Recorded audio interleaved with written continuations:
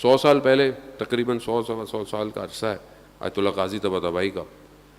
ان کے دور کے اندر ایک اس زمانے میں گزارے ہندوستان ہی ہوتا تھا. ایک طالب علم آیا نجف کے حوزے میں، کچھ عرصہ گزارا اس نے. اس زمانے کے جو سب سے بڑے مراجع تھے ان کا انتقال ہو گیا. اب اس نے کہا کہ میں کس کی تقلید کروں؟ تو اس نے کہا کہ مجھے خود امام زمانہ جب تک نہیں بتائیں گے میں تقلید نہیں کروں گا.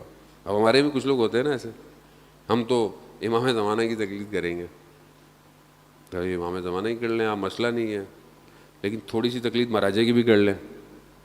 امام کی تو کرنی ہی کرنی ہے، ظاہر اصل تو امام ہی ہے ہمارا، لیکن تقلید مراجع کی کر لیں آپ. تو خیر اس نے بولا کہ میں کس مراجع کی تقلید کروں؟ میں امام سے خود چاہوں گا کہ میری مدد کریں. کیا کیا؟ 40 دن مسجد سہلا میں بیٹھ گیا. مسجد سہلا جو مسجد کوفہ کے تھوڑے سے فاصلے پر ہے، جو لوگ جا چکے انہیں پتہ ہے، جو لوگ نہیں گئے خدا ہم سب کو زیارت نصیب فرمائے. مسجد سہلا بہت قدیمی مسجد ہے، یعنی انبیاء کے مقامات ہیں، اور وہاں پر امام کا بھی مقام ہے، آخری امام کا مقام ہے وہاں پہ درمیان میں. تو یہ وہاں بیٹھ گیا اور 40 دن عبادت کرتا رہا. 40ویں دن اچانک سے دیوار سامنے جو تھی وہ ہٹ گئی. ہٹی تو اس نے دیکھا کہ ایک جگہ کھل گئی ہے. یہ گیا، اس نے دیکھا کہ ایک شخص بیٹھا ہوا ہے. شخص کون ہے؟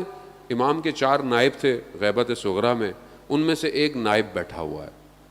اس نے کہا کہ مجھے امام سے کام ہے. کہا جو کام ہے ہمیں بتاؤ، ہم پوچھ کے بتا دیں گے. کہا نہیں، مجھے خود امام سے ملنا ہے. کہا اچھا اندر چلے جاؤ دروازے میں. اندر دروازہ کھولا، اندر گیا، دیکھا کہ ایک اور نائب بیٹھے ہوئے ہیں. ان سے بھی اس نے یہی کہا. انہوں نے کہا کہ میں کر دیتا ہوں. کہا نہیں، مجھے خود امام سے ملنا ہے. ان کا اندر چلے جاؤ. دروازہ کھولا، تیسرا نائب بیٹھا ہوا ہے. خلاصہ بہرحال یہ آخری دروازہ کھول کے جب گیا تو اس نے دیکھا کہ امام تشریف فرما ہے، امام بیٹھے ہوئے. اس نے امام کو سلام کیا، عرض ادب کیا.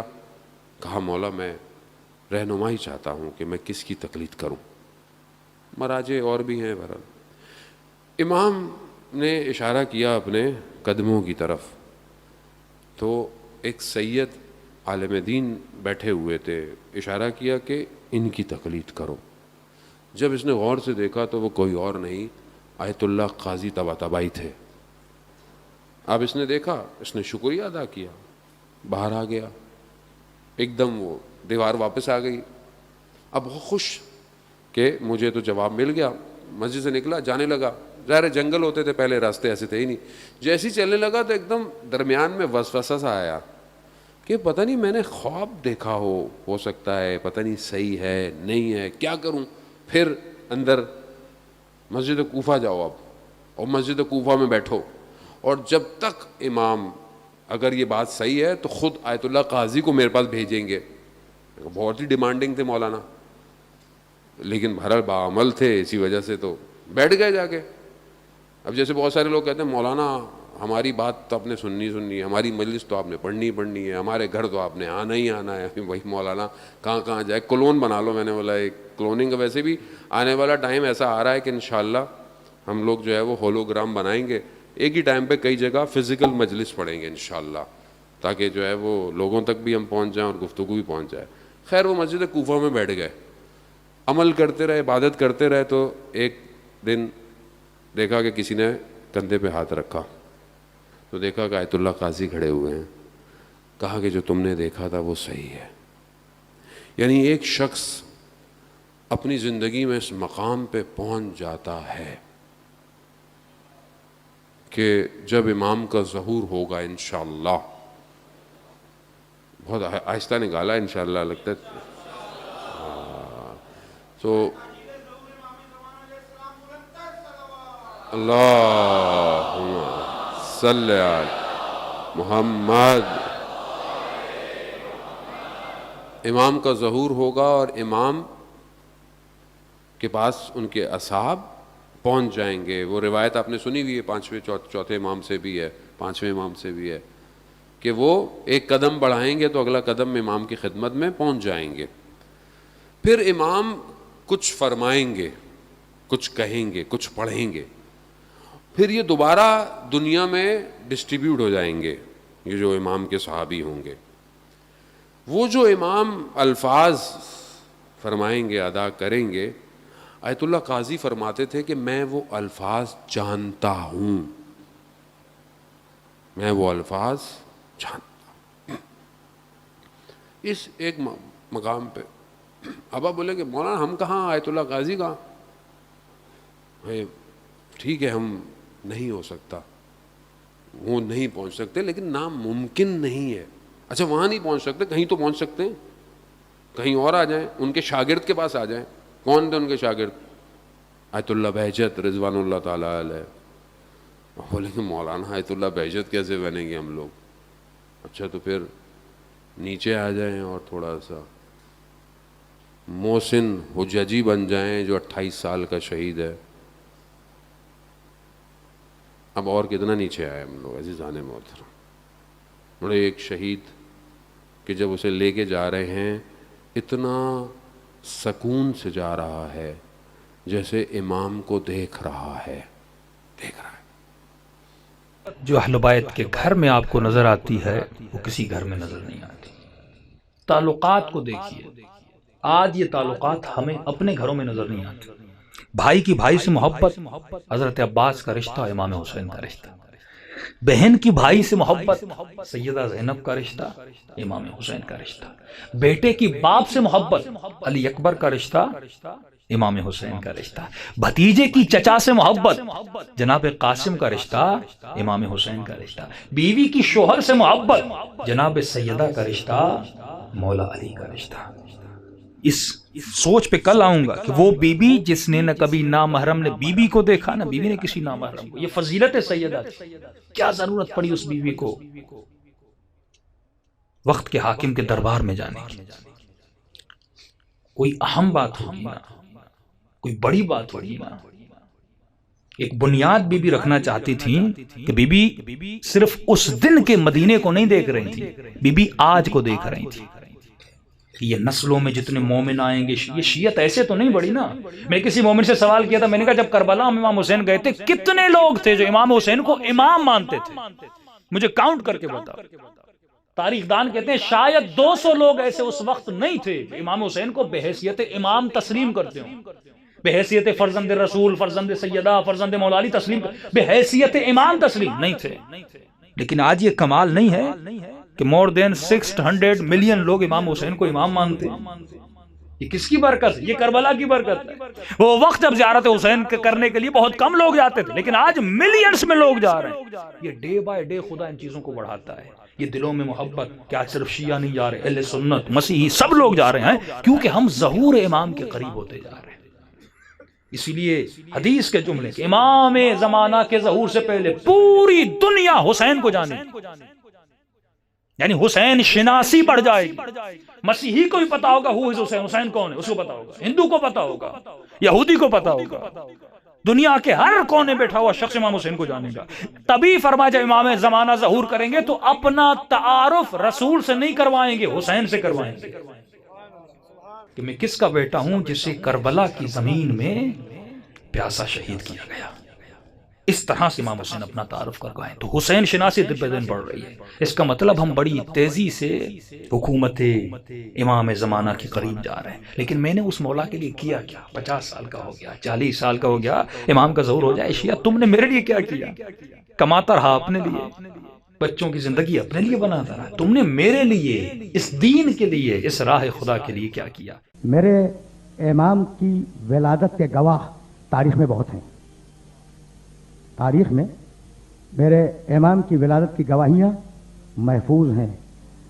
دیکھو امام جب جا رہا تھا دنیا سے، یعنی غیبت کر رہا تھا، جا رہا تھا دنیا سے مراد جب غیبت کبریٰ میں جا رہا تھا، تو اس نے ایک لیٹر لکھا اپنے چوتھے اور آخری نائب کو، اور اس لیٹر میں لکھا کہ میں اب جا رہا ہوں اور اب مجھ سے براہ راست کوئی کانٹیکٹ نہیں ہوگا، ٹھیک ہے نا؟ فَمَنِ ادَّعَى الرُّؤْيَا وَالْمُشَاهَدَةَ فَهُوَ كَذَّابٌ مُفْتَرٍ۔ اور اب میری غیبت کبریٰ کے بعد جو میری رویت کا اور میرے مشاہدے کا دعویٰ کرے وہ کذاب ہے، جھوٹا ہے۔ دیکھو بڑی عجیب و غریب بات ہے جو تمہیں بتلا رہا ہوں۔ جو دعویٰ کرے وہ جھوٹا ہے کہ میں نے دیکھا امام کو، میں نے دیکھا امام کو۔ لیکن بھائی توجہ رہے، تاریخ آل محمد میں سینکڑوں واقعات ہیں جن میں لوگوں نے امام کو دیکھا ہے،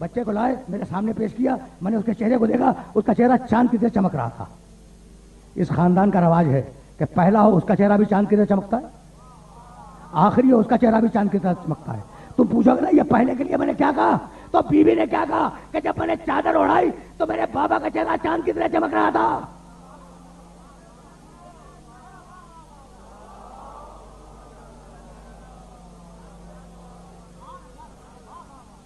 طفلن قمری الوجه, میری تقریر تمام ہو رہی ہے. اس بچے کا چہرہ چاند کی طرح چمک رہا تھا. اور کہتے ہیں ابن اسحاق قمی کہ چھوٹا بچہ 2-4 ہفتے کا بچہ, لیکن عجیب 2-4 ہفتے کے بچے کی آنکھیں ٹکتی نہیں ہیں, لیکن وہ نگاہوں کو ٹکا کے مجھے دیکھ رہا تھا. میں نے اسے سلام کیا, اس نے گردن سے جواب دیا.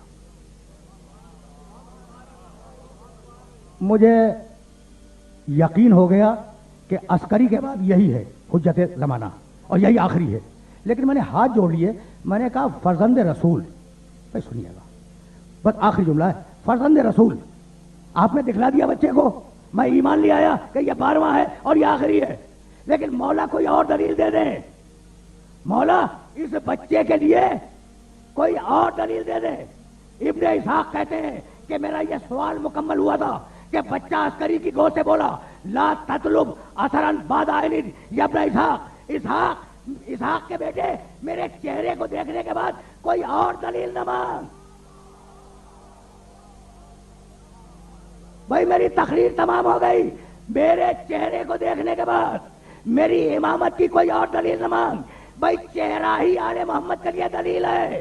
اگر چہرہ دلیل نہ ہوتا تو میرا نبی یہ نہ کہتا کہ علی کے چہرے کو دیکھنا عبادت ہے.